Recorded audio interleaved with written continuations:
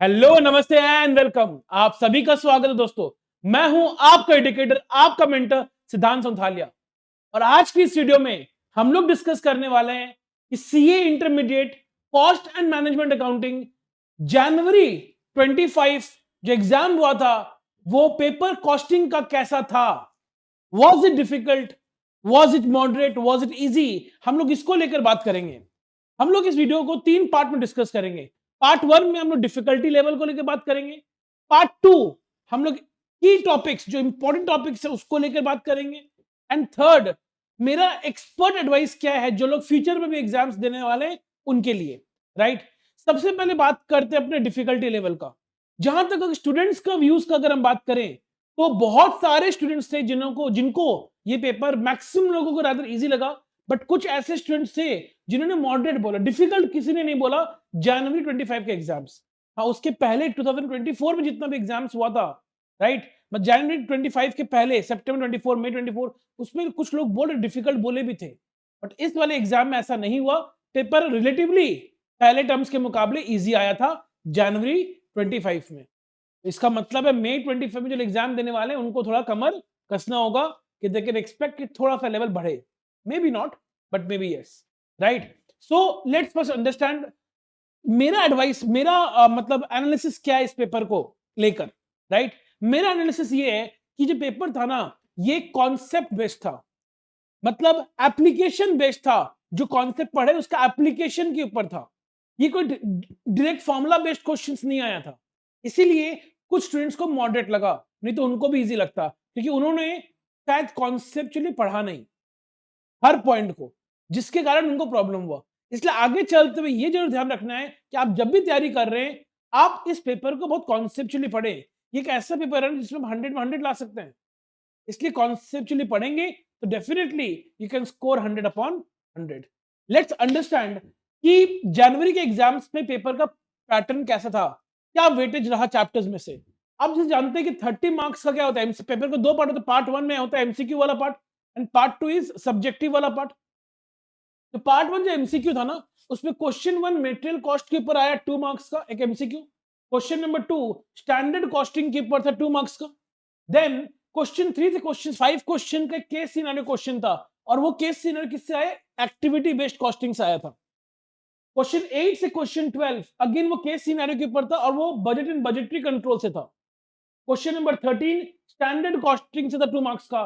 Question 14 was from joint and by product, and question 15 जो था वो एम्प्लॉय कॉस्ट से था, जो लेबर कॉस्ट जिस नाम हम लोग जानते हैं जिस नाम से, राइट। तो ये था 30 मार्क्स का एमसीक्यू का पार्ट। जहां तक सब्जेक्टिव पार्ट का बात है, क्वेश्चन 1 आप जानते हैं कंपलसरी होता है, तो उसका 3 पार्ट था, 5+5, हर एक क्वेश्चन 14 मार्क्स का रहता है। 5+5+4 था। 1 का A was from marginal costing, part 2 was B from budget and budgetary control, and part C was from material cost.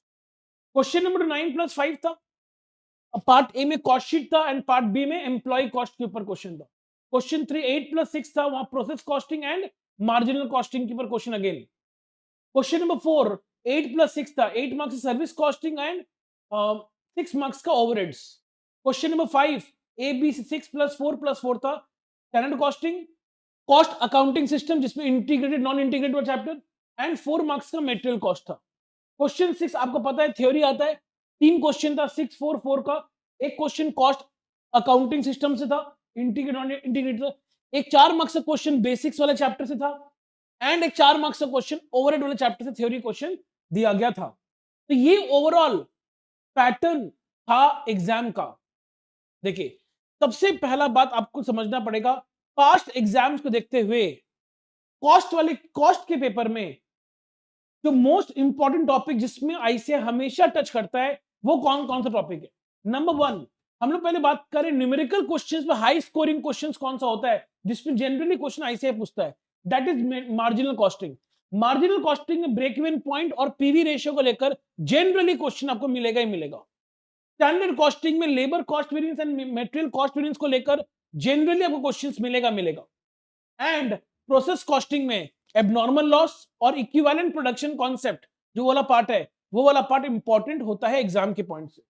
जहां तक थ्योरी का बात है, अगर थ्योरी वाले पोर्शन का बात करें, एक तो जो डिफरेंस है cost control versus cost reduction, वो एक बहुत इंपॉर्टेंट होता है। Apart from that budgetary control क्या इंपॉर्टेंस है इन कॉस्ट अकाउंटिंग, वो एक बहुत इंपॉर्टेंट थ्योरी क्वेश्चन बनता है for the upcoming attempt, right. इसके अलावा कुछ कॉमन मिस्टेक्स जो स्टूडेंट्स करते हैं वो आपको नहीं दोहराना in the upcoming attempts.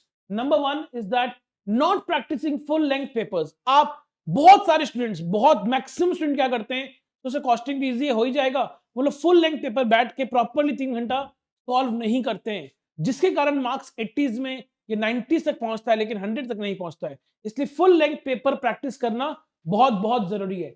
Number two, theory छोड़ना। सभी कोई बोलते हैं 100 मार्क्स का प्रैक्टिकल अटेम्प्ट कर सकते, 100 मार्क्स का प्रैक्टिकल कर सकते हैं, उसके कारण क्या होता है, थ्योरी को स्किप कर देते हैं, अब छोड़ देते हैं थ्योरी को। बट बहुत बार क्या होता है कि प्रैक्टिकल में कोई एक क्वेश्चन थोड़ा क्रिटिकल आ जाए, तब आपको थ्योरी ही बचाएगा। और थ्योरी इतना इजी होता है कि एक बार आप पढ़ के गए होते तो आप इजीली पूरा का पूरा थ्योरी में आप अच्छा मार्क्स स्कोर कर पाते। इसलिए थ्योरी को स्किप करना बहुत बड़ा बेवकूफी है। Third and very important, generally students का ना standard costing and marginal costing is weak.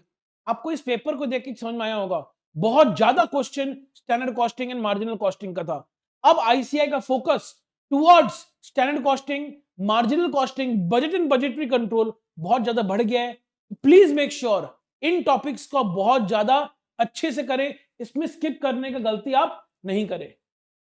तो करना क्या होगा, अगले अटेम्प्ट में आप जब एग्जाम में बैठेंगे उसके पहले कम से कम 5 साल का पीवाईक्यूज क्वेश्चन, कम से कम 5 साल का एमटीपी एंड कम से कम 5 साल का आरटीपी को आप जरूर जरूर सॉल्व करके ही आप एग्जाम में बैठे। इस बात को आपको ध्यान रखना है जब आप तैयारी कर रहे हैं। मेक श्योर आईसीआई का स्टडी मैटर पूरा कवर करें, क्योंकि जनरली देखा गया है 80% क्वेश्चन जो आता है एग्जाम में वो आईसीआई स्टडी मैट में जैसा क्वेश्चन कवर्ड है उस टाइप का ही क्वेश्चन आपको देखने को एग्जाम में मिलता है। नंबर टू, जो मैंने बोला कि कम से कम 5 साल का पीवाईक्यूज, आरटीपी, एमटीपी आपको करना जरूरी है।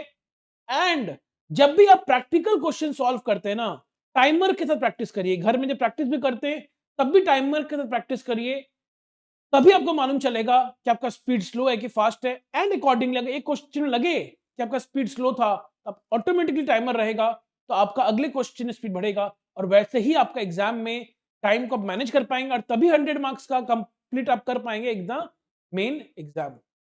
आई होप इस वीडियो में जो भी मैंने गाइडेंस दिया है for the upcoming exam of CA intermediate for cost and management accounting, वो आपके लिए फ्रूटफुल था।